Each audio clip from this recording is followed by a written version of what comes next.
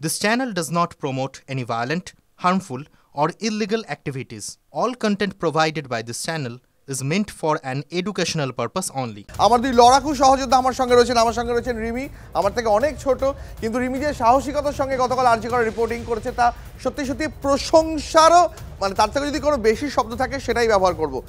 কিন্তু রিমি গতকাল রিপোর্টিংয়ে বেরিয়ে যে ভয়াবহ অভিজ্ঞতাটা ফেস করেছে, আমি আর আমার কথা বলবো না, আমি সরাসরি রিমির কাছ থেকে শুনবো। রিমি ঠিক কালকে কি ফেস করলে সহজ করে একবার আমাদের দর্শকদের বুঝিয়ে বলো, তাহলে মানুষ বুঝতে পারবেন যে গতকাল রাতে যারা আরজি করেছিল তাদের সঙ্গে কি ঘটেছে। প্লিজ। দেখো, কালকে আমার বলতে লজ্জা লাগছিল যে আমরা এমন একটা রাজ্যে বাস করি, হসপিটালের ডক্টর, আমি এরকমও দেখেছি হসপিটালের ডক্টরদের সাথে তাদের বাবা সুরক্ষা প্রদান করার জন্য নো পুলিশকর্মী বা অন্য কেউ, হসপিটালের স্টাফ, কর্তৃপক্ষ, প্রশাসন এক বিন্দু কোথাও তাদের দেখা যায়নি। তার বাবাকে তার জন্য হসপিটালে ছুটে যেতে হয়েছিল মেয়ে কেমন আছে, মেয়ে ঠিক পরিস্থিতিতে আছে কিনা বোঝার জন্য। আমরা তো ছেড়েই দাও, আমাদের কোনো রকম পুলিশ ফোর্স দেখিনি, আমাদের সাথে পুলিশরা ভয়ে দৌড়াচ্ছিল, কিন্তু পুলিশ যে প্রতিরোধ করবে, সুরক্ষা দেবে, সেই এক বিন্দু, সেই ছিটে ফোটা ছবি আমরা কোথাও দেখতে পাইনি। অনেক ঘটনা ঘটে যাওয়ার পর, ভাঙচুর চুরমার হয়ে যাওয়ার পর, তারপর আমরা দেখেছি যে পুলিশ কর্মীরা এসেছেন, সিপি এসেছেন, অ্যাডিশনাল সিপি এসেছেন, কিন্তু তার আগে কোথায় পুলিশ, কোথায় সাধারণ মানুষের নিরাপত্তা, সেই প্রশ্ন কিন্তু বারবার তুলে দিচ্ছে এই আরজিকর কাণ্ড। উই ওয়ান্ট জাস্টিসের নাম ধরে যে ফেক বহিরাগতরা প্রবেশ করেছিল আরজিকরের ভেতরে, এবং তাদের যে ভয়াবহ চিত্র আমরা কাল রাত থেকে বারবার তুলে ধরেছি আপনাদের সামনে, তা আপনারা দেখেছেন। এরপরেও নিরাপত্তা বা সুরক্ষা সুনিশ্চিত হবে কিনা একটা বিরাট প্রশ্ন রেখে যায়। রিমি, আমি একটা খুব বেসিক প্রশ্ন করি তোমার কাছে, যে কালকে রাতের বেলা তুমি আরজি করে রিপোর্টিং করতে গিয়েছিলে, সেখানে সামনে যারা প্রতিবাদ করছিল, বিক্ষোভ দেখাচ্ছিল, তাদের কভারেজের জন্য গিয়েছিলে। আচমকা তোমাকে একটা শৌচাগারের মধ্যে, কখনো একটা ওটি রুমের মধ্যে, কখনো মানে ইভেন মর্গে পর্যন্ত কেন লুকোতে হলো?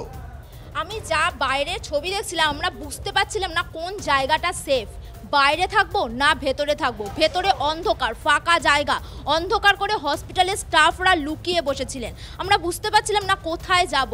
যেখানে আমরা পেরেছি দৌড়াচ্ছে, পুলিশও দৌড়াচ্ছিল আমাদের সাথে, আমরাও তাদের সাথে দৌড়ে যেখানে বাঁচা যায় সেই জায়গাটাই যাচ্ছিলাম। মানুষের ওই ভয়াবহ চিত্র, এছাড়া রুগীরা, যারা রুগীরা ছিল জানলা দিয়ে তারা ভয়ে আশঙ্কায় জাস্ট কুঁকড়ে গেছিলো। হসপিটালের ডাক্তাররা, পুলিশ কর্মীরা যারা প্রতিদিন ডিউটি করেন, তারা কোথায় যাবেন বুঝতে পারছিল না। নার্সরা কুঁকড়ে ধরে আছে। সব জায়গায় একটাই কথা, সব গেট বন্ধ করে দাও, কিন্তু গেট বন্ধ করেও কিন্তু রক্ষা করা যায়নি। Thank you Rimi, thank you so much Rimi.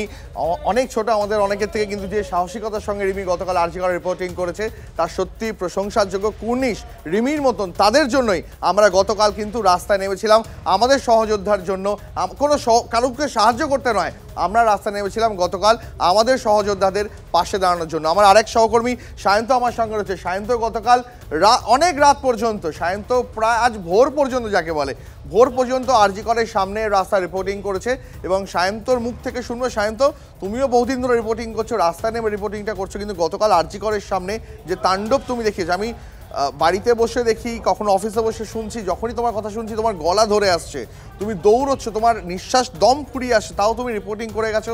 সায়ন্তকেও কুর্নিশ আমাদের তরফ থেকে। কিন্তু সায়ন্ত, গতকাল আরজি করার সামনে তুমি কি দেখলে সেটা একবার তোমার জবানিতে শুনবো দর্শকদের সঙ্গে। দেখো, গতকাল যখন মীনাক্ষী মুখোপাধ্যায়, মোহাম্মদ সেলিমদের মিছিল হয়, মিছিলটা যখন শ্যামবাজার মোড় থেকে গিয়ে আবার ফিরে আসে, তখনই কিন্তু এই প্রায় 4 থেকে 5,000 লোকের মব সেটা কিন্তু অপেক্ষা করছিল হচ্ছে ঠিক বেলগাছিয়া ব্রিজের ওপরে।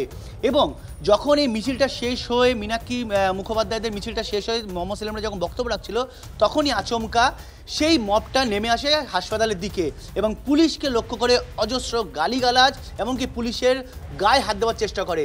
পুলিশ প্রথমে যথেষ্ট সতর্ক ছিল, কিন্তু তারপরে কিন্তু পুলিশের ধৈর্যের বাঁধ ভাঙে এবং পুলিশ ধাক্কা দিয়ে সরিয়ে দেয়। তারপরে শুরু হয়ে যায় তাণ্ডব লীলা। মূলত প্রত্যেকের মুখে একটা শব্দ ছিল, পাকড়ো, মারো, জ্বালাদো।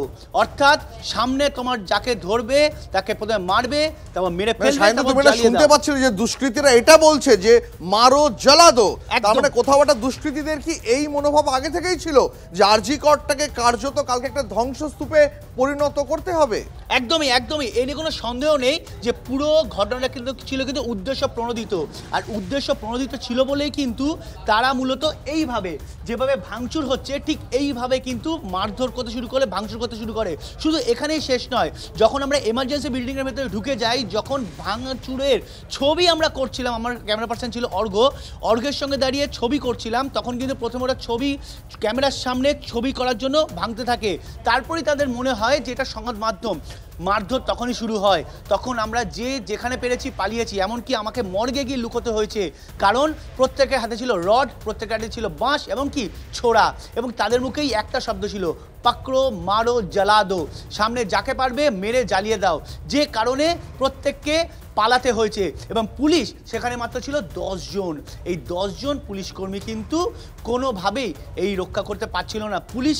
পুলিশকে আমাদের পেছনে লুকাতে হয়েছে। একদম এখানেই আমরা সাংবাদিক এবং আমরা আমাদের কাজে অচল থাকবো। শান্ত, আপাতত তোমাকে ধন্যবাদ।